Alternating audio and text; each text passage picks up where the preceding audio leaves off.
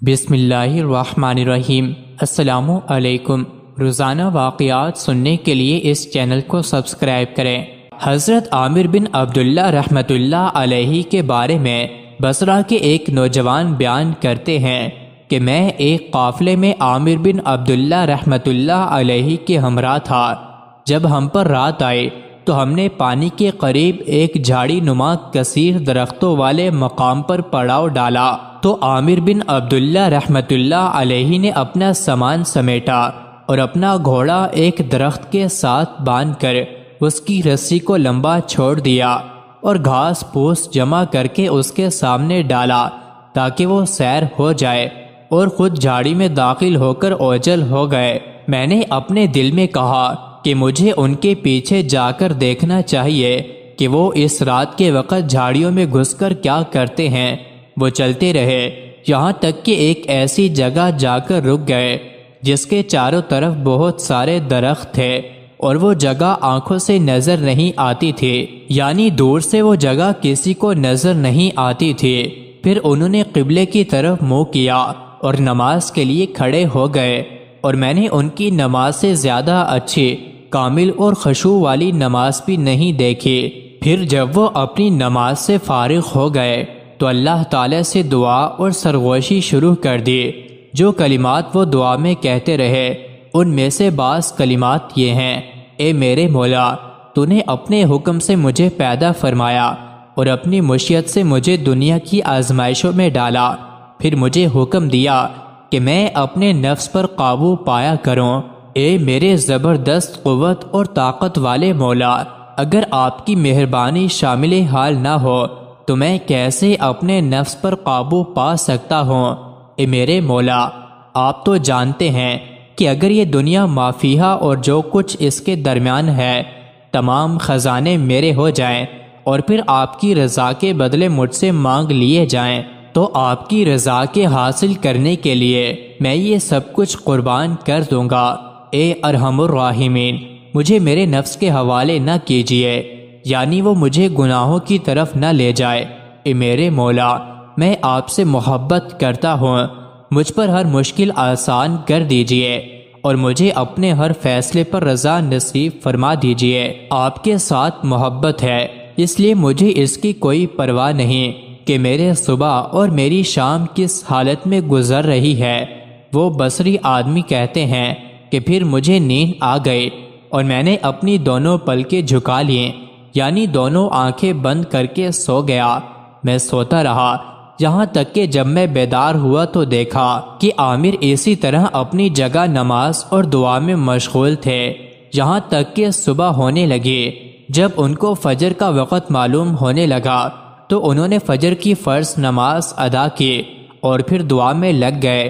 دعا میں یہ کہہ رہے تھے کہ میرے مولا، اب تو صبح ہوئی اور لوگ صبح سے شام تک تیرے فضل روزی کی تلاش میں لگ گئے، ان میں سے ہر ایک کی اپنی اپنی حاجت اور ضرورت ہے، اور عامر کی حاجت یہ ہے کہ آپ اس کی مغفرت کر دیں۔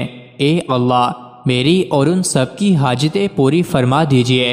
اے کرم کرنے والے مالک، اے اللہ، میں نے آپ سے 3 چیزیں مانگی، 2 تو آپ نے عطا فرما دی اور 1 روک دی۔ اے اللہ، وہ 1 چیز بھی عطا فرما دیجئے تاکہ میں آپ کی ایسی عبادت اور بندگی کروں جیسے میں چاہتا ہوں اور جیسے میرا ارادہ ہے۔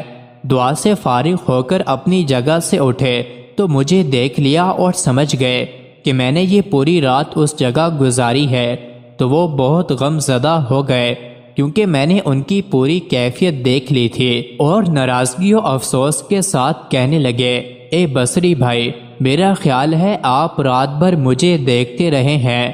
میں نے کہا جی ہاں، تو کہنے لگے: آپ نے میری جو حالت دیکھ لی ہے اس کو پردے میں رکھیں، اللہ تعالیٰ آپ پر پردہ ڈالیں گے، یعنی آپ کے عیوب پر۔ میں نے کہا اللہ کی قسم، اگر آپ نے مجھے وہ 3 چیزیں نہیں بتائیں جو آپ نے اپنے رب سے مانگی ہیں تو میں آپ کی اس حالت کے بارے میں تمام لوگوں کو بتا دوں گا جو میں نے دیکھی ہے۔ تو کہنے لگے خدا کے لیے ایسا مت کریں۔ تو میں نے کہا پھر میری شرط وہی ہے جو میں نے آپ کو بتا دی ہے۔ جب انہوں نے میرا اصرار دیکھا تو کہنے لگے اچھا میں آپ کو بتاتا ہوں، لیکن شرط یہ ہے کہ اللہ کو گواہ بنا کر میرے ساتھ وعدہ کریں کہ آپ کسی اور کو نہیں بتائیں گے۔ میں نے کہا اللہ کی ذات کی قسم، آپ کے ساتھ پکا وعدہ ہے کہ جب تک آپ زندہ رہیں گے میں آپ کا راز فاش نہیں کروں گا۔ تو کہنے لگے مجھے اپنے دین کے بارے میں سب سے زیادہ خوف عورتوں کی طرف سے تھا، یعنی مجھے دین کے لیے سب سے بڑا خطرہ عورت لگ رہی تھی، کیونکہ عورتوں کی آزمائش سے آدمی بے دین اور گناہگار ہو جاتا ہے۔ تو میں نے اپنے رب سے دعا کی کہ عورتوں کی محبت میرے دل سے نکال دے۔ میرے رب نے میری یہ دعا قبول فرما لی۔ اب میری یہ حالت ہے کہ جب میں نامحرم عورت کو غلطی سے بھی دیکھ لوں تو مجھے یہ پرواہ نہیں ہوتی کہ یہ عورت ہے یا دیوار ہے، یعنی عورت کو دیکھنے سے مجھ پر کوئی اثر نہیں پڑتا۔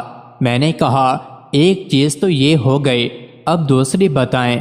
کہنے لگے دوسری یہ کہ میں نے اپنے رب سے دعا کی کہ مجھے ایسا بنا دے کہ میں تیرے علاوہ کسی سے نہ ڈروں۔ میرے رب نے میری یہ دعا بھی قبول فرمائی۔ اللہ کی قسم اس کائنات میں اللہ تعالیٰ کے سوا میں کسی چیز سے نہیں ڈرتا۔ میں نے کہا تیسری چیز کیا تھی؟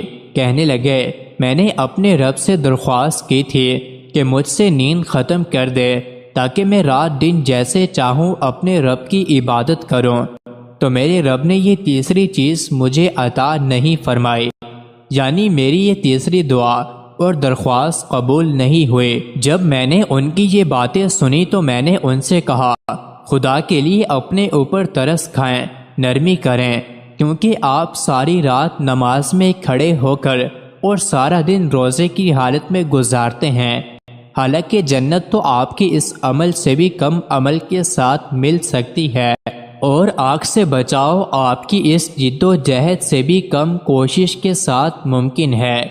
یہ سن کر کہنے لگے مجھے اس بات کا ڈر ہے کہ کہیں ایسی جگہ مجھے شرمندگی نہ اٹھانی پڑے جہاں شرمندگی کوئی فائدہ نہ دے۔ اللہ کی قسم میں عبادت میں اس وقت تک کوشش کرتا رہوں گا جب تک میرے اندر کوشش اور جد و جہد کی طاقت باقی رہے گی، پھر اگر مجھے نجات مل جائے تو وہ اللہ کی مہربانی ہوگی، اور اگر جہنم میں داخل ہو جاؤں تو وہ میری ہی کوتاہی اور گناہ کی وجہ سے ہوگا۔ مزید ایسی ہی ویڈیوز کے لیے چینل کو ضرور سبسکرائب کریں۔